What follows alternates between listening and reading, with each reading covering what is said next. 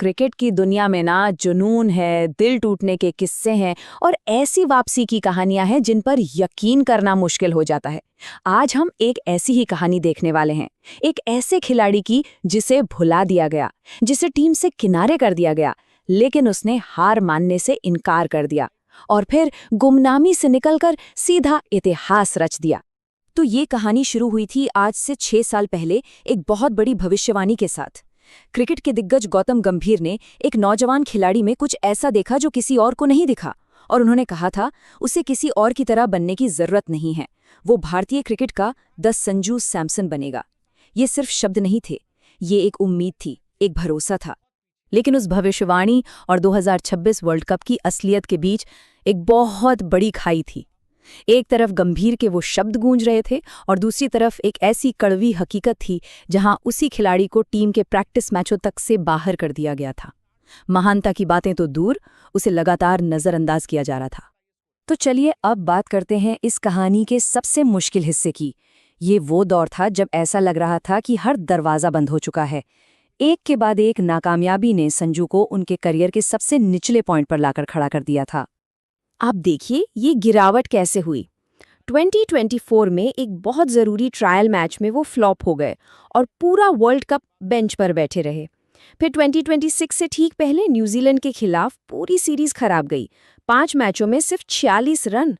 और फिर जो हुआ वो शायद सबसे ज़्यादा दिल तोड़ने वाला था। वर्ल्ड कप से पहले टीम प्रैक्टिस से उन्हें पूरी तरह बाहर कर दिया गया, मतलब नेट्स में बैटिंग करने का मौका तक नहीं।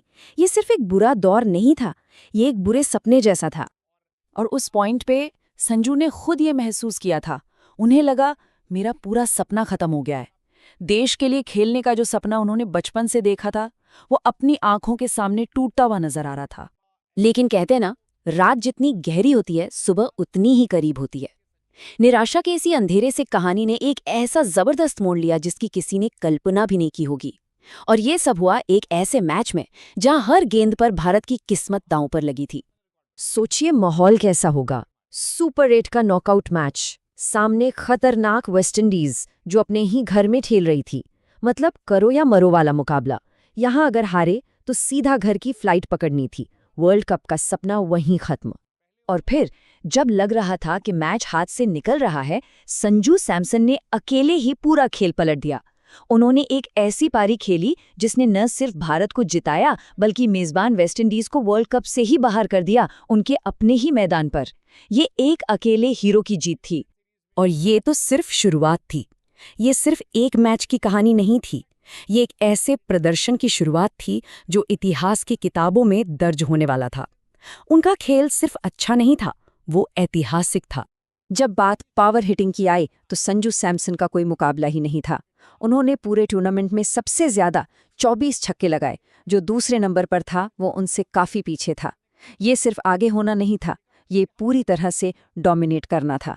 जरा इन आंकड़ों पर नजर डालिए। सिर्फ 5 मैच, 321 रन, 80 से भी ज्यादा का औसत और करीब 200 का स्ट्राइक रेट। ये सिर्फ नंबर नहीं है, ये इस बात का सबूत है कि वो हर मैच में गेंदबाजों पर कहर बनकर टूट रहे थे। और ये कोई 1-2 मैच का कमाल नहीं था, उन्होंने रिकॉर्ड्स की झड़ी लगा दी।